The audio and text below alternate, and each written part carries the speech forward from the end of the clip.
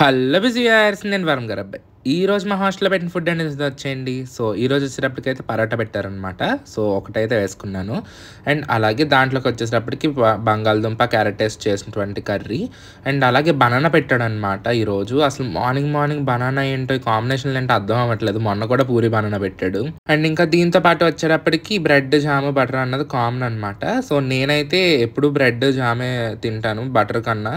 And ఇంక ఇవాళ juice పెట్టాలి. బట్ జ్యూస్ ప్లేస్లో ఇది వాటర్ పెట్టాడు. ఇది కొంచెం లెమన్ అండ్ పానకంలా ఉంది. నథింగ్ బట్ చెప్పాలంటే మిరియాలు, బెల్లం టేస్ట్, నిమ్మకాయ టేస్ట్ రకరకాలుగా ఉంది. అసలు ఏం బాగాలేదు అది.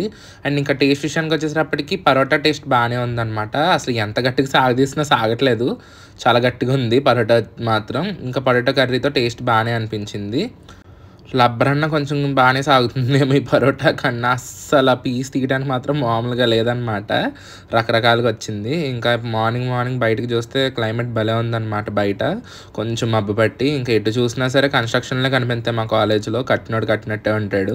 ప్రతి దాంట్లోనే మాదో రూపాయి ఉందనిపిస్తుంది అవి చూసినప్పుడల్లా. So that's it for today's video. నాకు కలుద్దాం. అంతవరకు బాయ్. Subscribe for more. వెళ్ళే ముందు వీడియోకి లైక్ చేసేయండి.